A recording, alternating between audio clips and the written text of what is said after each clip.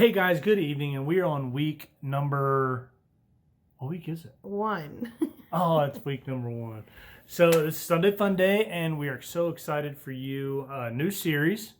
And it's called Simply Christmas. There is no assembly required. Nope. And I cannot wait for our new song Oh.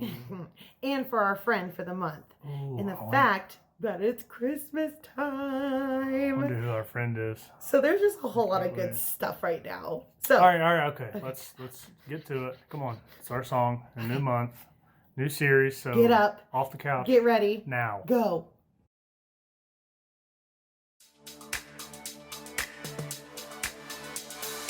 Joy to the world, the Lord has come.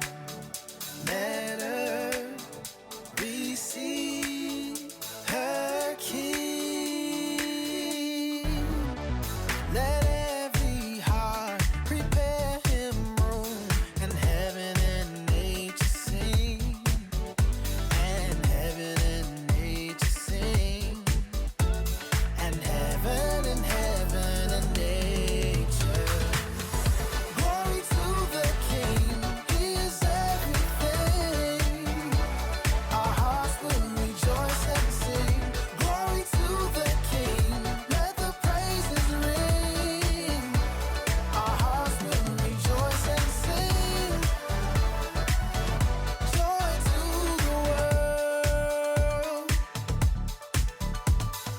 Joy to the world, the Savior reigns. Let men their songs employ, while fields and floods, rocks, hills and plain repeat the sound and joy. Repeat the sound and joy. Repeat the sounding. Glory to the King, he is everything. Our hearts will rejoice and sing. Glory to the King, let the praises ring. Our hearts will rejoice and sing. Joy to the world. Keep them bells ringing. Keep them bells ringing. Keep them bells ringing. Yeah. Keep them bells ringing. Glory to the King, he is everything. Our hearts will rejoice and sing. Glory to the King, let the praises ring. Our hearts will rejoice and sing. Joy to the world, he is everything. Our hearts will rejoice and sing. Glory to the King, let the praises ring. Our hearts will rejoice and sing. Joy to the world.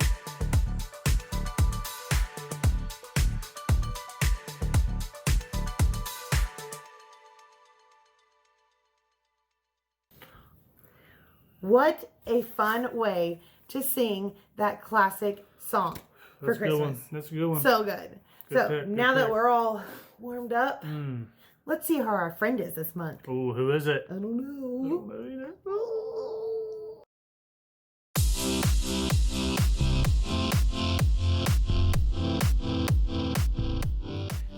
Hey! What's up, everybody? My name is Jacob, and if you didn't know by the festive decor behind me, the holidays are upon us. We've got garlands, tree ornaments, tree stars, candy canes. Oh, whoa, that is one big present. I wonder who it's for. To Jacob. That's me.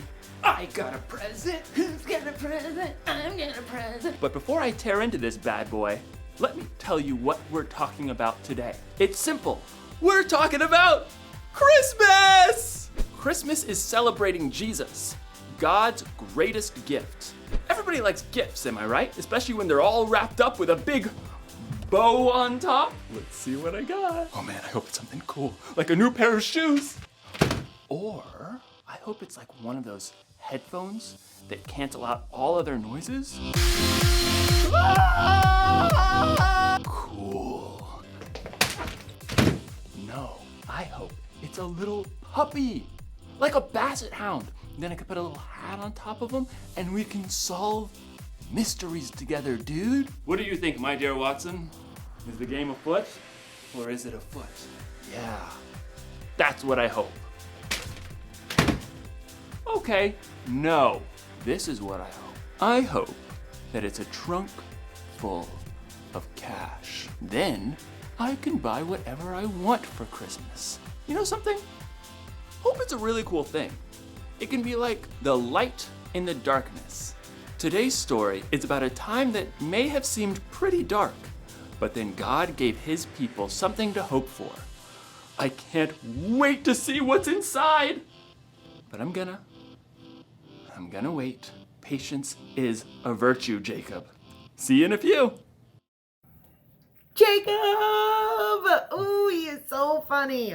Yeah, the fact that he held off from seeing his present, Yeah. that's pretty impressive. I know Molly's already got my stuff in and I kind of know what it is, No, but you don't. I have Anyways. secrets. I don't know about you, but I think I'm ready for the story this week. Well, Jacob was mentioning stuff about hope, so I wonder how that's going to be tied in today's story and lesson. Might as well go ahead and find out. Let's find out. What do you think?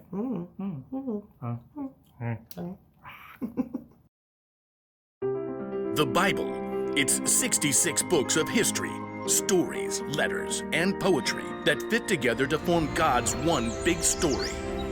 The epic adventure of how he created us and loves us so much that he made a way to rescue us. As we travel through the Bible, from Genesis to Revelation, we discover people who met God and found their lives changed forever. Now, for an amazing story, inspired by the book of Isaiah, chapter 9, verse 6. Jess stared out the window at the ice beating down. Every holiday plan for the weekend had been canceled. And to top it off, the school had just released Jess's most recent grades. A D in language arts? What happened, Jess? I don't know. You're such a good storyteller. I can't make all the words work out when I try to write it down. Can I go play Mindstorm? Hun, you need to read for an hour first. An hour? I thought it was 30 minutes. Your teacher and I talked. We think a little more reading time will help. Jess glared. I don't have anything to read. You've got an entire bookshelf in your room. Those are little kid books. Then look at Emma's bookshelf. Emma was Jess's older sister, already in high school. Fine, whatever. Jess stalked upstairs to Emma's room, peeked inside. The room was empty, but everything was neatly organized. Emma had even done all of the colorful artwork on her own walls.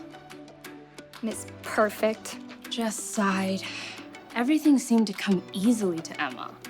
Writing, math, friends, life. I'll probably be stuck in 5th grade for the rest of my life. Jess stood in front of Emma's bookshelf, running her finger over the thick spines. At last, a swirl of color on the bottom shelf caught her eye. Comic book Bible. Huh. Jess thumped down onto the floor and pulled the book off the shelf. She flipped it open, and color exploded off the page. In the beginning, God created the heavens and the earth. The images of creation were vivid and detailed, as if she were right there. Pretty cool. Jess found herself drawn into the familiar stories, seeing and hearing them in a brand new way.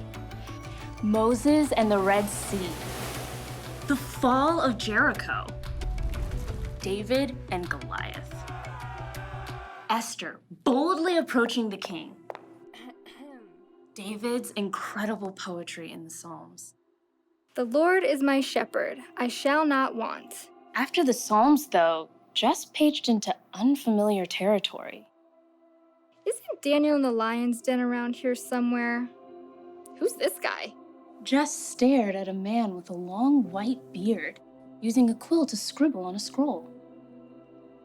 A child will be born to us, a son will be given to us. He will rule over us, and he will be called Wonderful Advisor and Mighty God.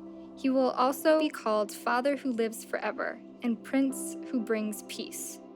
Hey! Jess nearly dropped the book. She glanced up to see Emma standing in the doorway. What are you doing in my room? Mom said I could pick a book. Well, ask next time, okay? I didn't touch anything. Okay, it's fine. Emma settled down on the floor beside Jess and took a look at the book. Aunt Chris gave me this book when I started high school. It's pretty cool. I mean, until this part. It's kind of hard to make a guy writing a letter exciting. Jess pointed out Mr. Whitebeard. Oh, you mean Isaiah? Who's he talking about? Jesus? Yeah, but it's way more amazing when you look at the big picture. You see, God's people were in big trouble. Over and over, the Israelites promised to love and obey God. And then every single time, they turned their backs on him. Turned their backs? Like how? Well, they'd start praying to false gods like other nations around them, trying to do things their own way. So, God allowed them to be captured by other nations. Emma flipped back, showing images of battles, powerful foreign kings, groups of captives. The Israelites got in really big trouble. Things looked hopeless. So God just ditched them? No way. Every single time, God showed he was still with them. He sent kings who loved God like David and Solomon and Josiah. And he sent prophets like Elijah and Isaiah to speak God's truth and hope to the people. Even though they totally messed up? Yep. Through it all, God promised that he was going to send someone who would rescue them forever. Jess flipped back to Isaiah and read slowly. A child will be born to us, a son will be given to us. He will rule over us. That's only one prophecy. There are hundreds of prophecies in the Old Testament that talk about Jesus coming. Jess nodded, trying to take it in. That's a lot of promises. And God came through. The Israelites had to wait a long time, but God kept every single one of those promises when he sent Jesus to live on earth. His very own son. Oh, little town of Bethlehem and all that. You can take the book if you want. Emma tapped the comic book Bible. Jess smiled. Does God promise that I'll get a better grade in language arts? No, but he does promise to be with you and give you the patience and courage you need to keep working on it. They both listened to the ice rattling against the window. Hey, you want to play Mindstorm? Sure, just let me read a little more first. Emma gave a thumbs up, and Jess settled back down to keep reading. She paged forward to the book of Luke, eager to see for herself again how God had delivered on his promise to send a savior.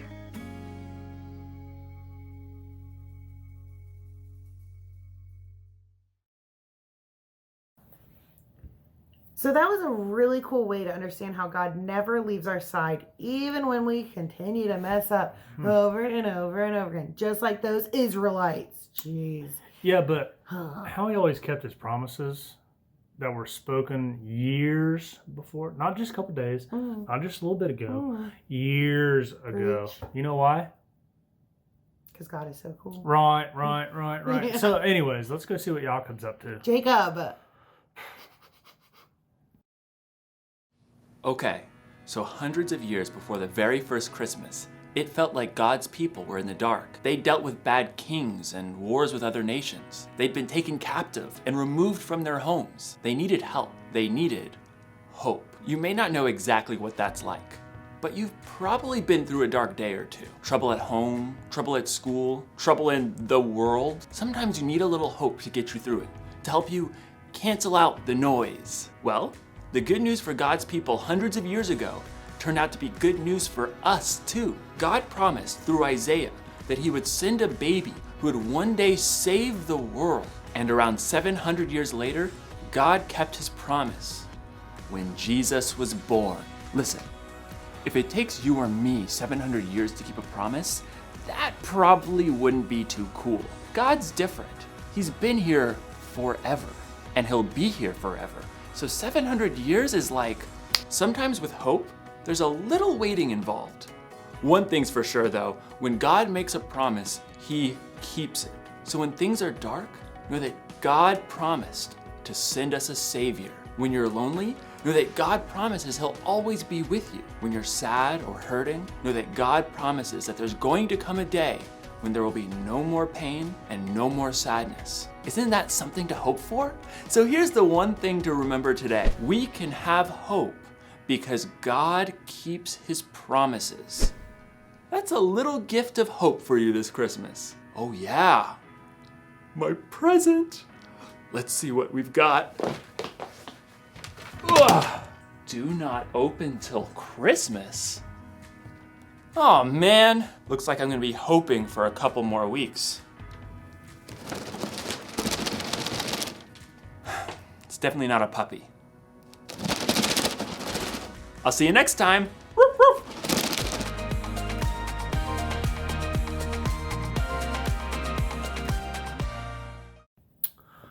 So it kind of seems like Jacob kind of said it perfect for a main point. Right on the bullseye. Bullseye.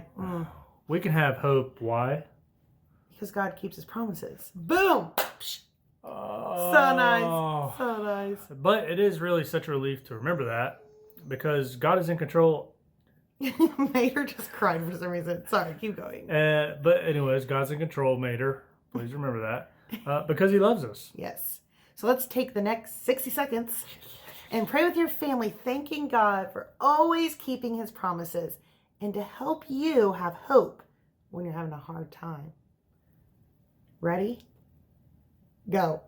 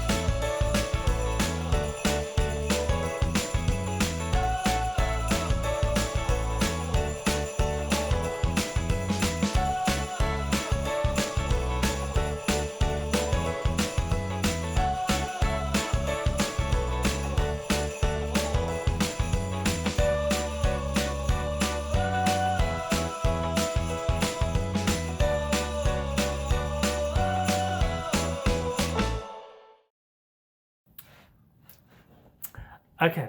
Okay. Okay.